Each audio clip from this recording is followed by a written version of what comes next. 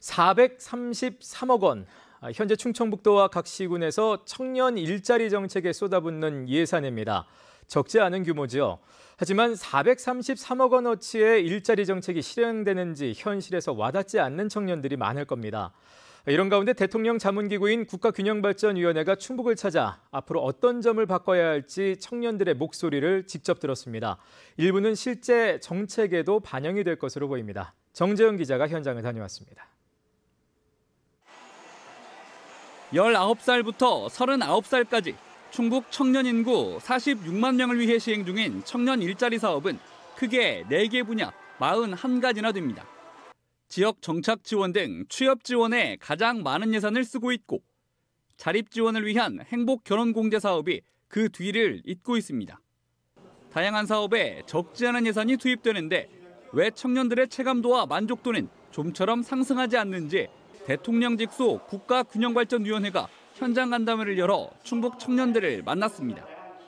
정책을 만드는 기성세대가 잘 모르는 이유, 청년들은 알고 있었습니다.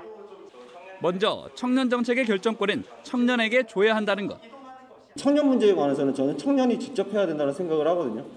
왜냐하면 그들 본인이 아니라면 이 문제에 대해서 이해할 수도 없고. 눈높이에 맞지 않는 일자리만 있는 것도 외면받는 이유였습니다.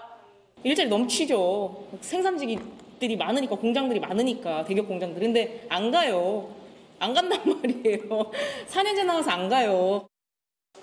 지원 사업들이 실적 위주로 진행돼 다양성이 확보되지 않는 데다 매년 사업이 끝나기 전에 성과를 내야 되다 보니까 이렇게 좀 인기 있는 것만 진행하게 되고 제약도 너무 많다는 불만이 터져나왔습니다. 직업도 없고 학점은행제도 없고 그런 고졸 청년 여성을 충북 내에서만 찾아서 그분들한테 오라고 해야 되거든요.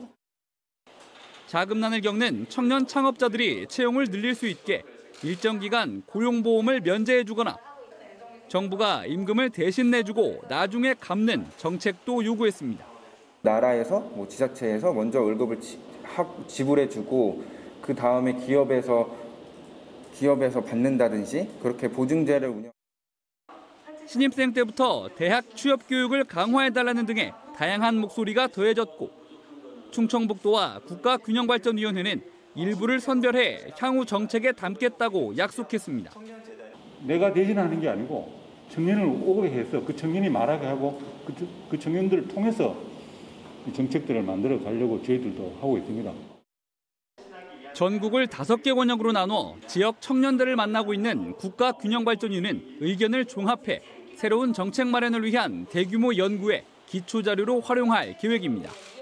MBC 뉴스 정재영입니다.